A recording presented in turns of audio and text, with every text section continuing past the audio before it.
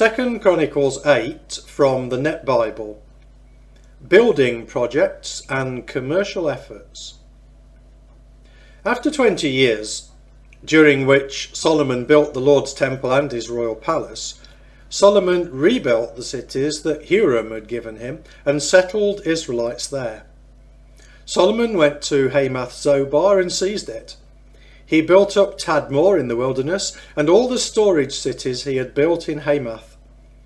He made Upper Beth-horon and Lower Beth-horon fortified cities with walls and barred gates, and built up Baalath, all the storage cities that belonged to him, and all the cities where chariots and horses were kept. He built whatever he wanted in Jerusalem, Lebanon, and throughout his entire kingdom.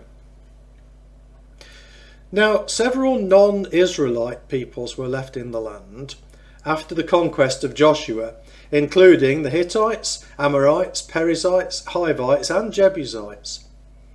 Their descendants remained in the land.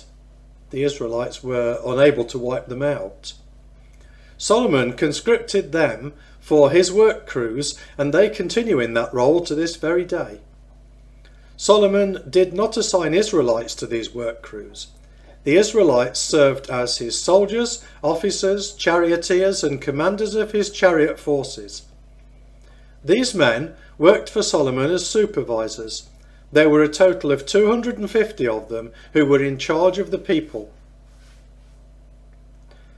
Solomon moved Pharaoh's daughter up from the city of David to the palace he had built for her.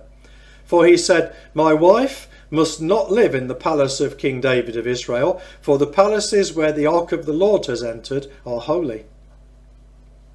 Then Solomon offered burnt sacrifices to the Lord on the altar of the Lord, which he had built in front of the temple's porch.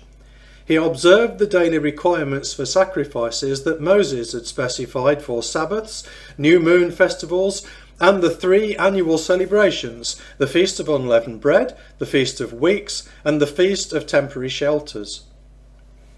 As his father David had decreed, Solomon appointed the divisions of the priests to do their assigned tasks, the Levitical orders to lead worship and help the priests with their daily tasks, and the divisions of the gatekeepers to serve at their assigned gates.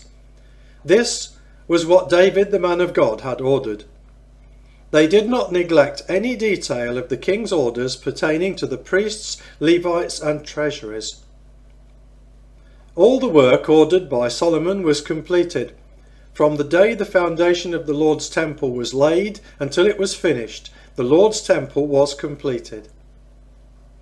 Then Solomon went to Ezion-Geber and to Elat on the coast in the land of Edom.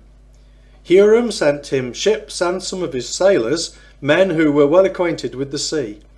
They sailed with Solomon's men to Ophir and took from there 450 talents of gold, which they brought back to King Solomon.